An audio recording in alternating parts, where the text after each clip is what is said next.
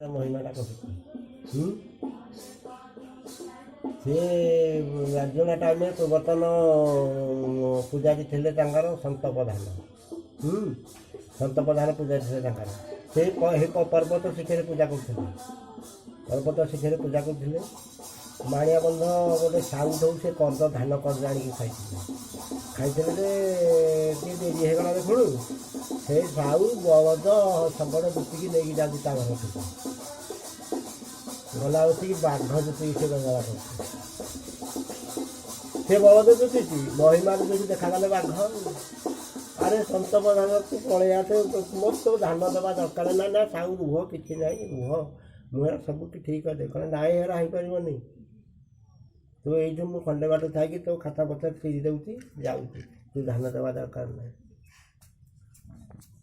ବୁଝିଲ ଏମିତି ଆମ ମାଆଙ୍କର ଜୁତା ଅଛନ୍ତି ବଳଦ ତେମେ ଦେଖୁଛ ବାଘ ତା ବୁଢ଼ୀ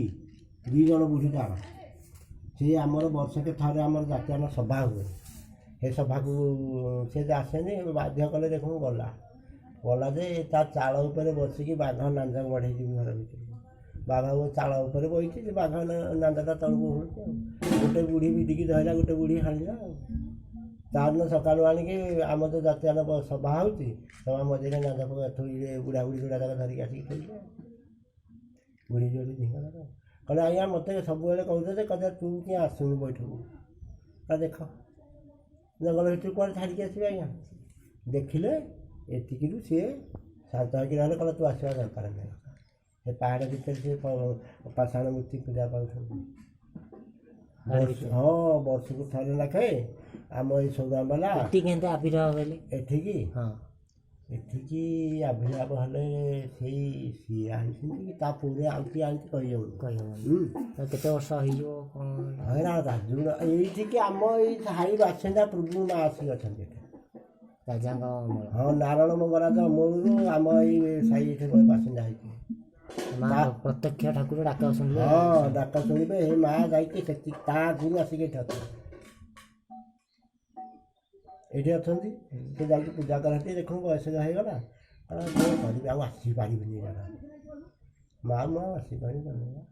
କ'ଣ କିଛିଟା କହି ମୁଁ ଡାକି ଆଉଛି କିଛି ଆଜି ରହିବି ଏଠି ସେ ରହିଲା ଯେତେବେଳେ ତା ପୂଜା ଢାଲଟେ ଛୁଆ ହେଇଛି ତାଙ୍କ ବାଟ ମୁହଁରେ ସେ ସାଇଠି ଲୁଚିକି ଅଛି ରାତି ବସିକି ଯେତେ ସେ ପ୍ରସାଦ ବାଟନ୍ତି ପ୍ରସାଦ ପାଇବା ପାଇଁ ଗୋଟିଏ ଭାଗ ବଳୁଛି ତାଙ୍କର 7 ଜଣଙ୍କ ପାଇଁ କି 100 ଜଣ ସେ ତାଙ୍କର ଭାଗ ହେଉଛି ଯେହେତୁ ଆଉ ଗୋଟିଏ ଭାଗ ଅଧିକ ହେଉଛି କ'ଣ ହେଇଛି କୁଆଡ଼େ କ'ଣ ଅଛି କରାଯିବନି ଖୋଜିକି ଦେଖିବ କିଏ ଅଛି ତା ବାହାରେ ଆଇଲା ଆସିକି ତା କାମୁଡ଼ିକି ବେଟରେ ଗାମୁଛା ପକେଇକି ଯାଇ ଏଠି କ'ଣ କଲୁ ମା ଯାଇପାରିଲିନି 200 କ୍ଷମା କଲେ କହିବି ମୁଁ ଏଠିକି ଆସିପାରିବିନି କେମିତି ତଳକୁ ବିରାଜମାନ କର ଆଉ ମୁଁ ପୂଜା କରିବି ନହେଲେ ଏଠିକି ଆସିପାରିବିନି ଯାଇକି ଜଣେଇଲା ଆଉ ବୁଢ଼ା ହେଇଲେ ଆଇଛି ଜଣେଇଲା କହିଲା ଆମ ପୂଜାରୀ ତ କହିଲା ଯେ ପୂଜାରୀ ନଷ୍ଟ ତ ଆମେ ପାଟି ପକେଇଲା ହଉ ନା କିଏ ହଁ ହରି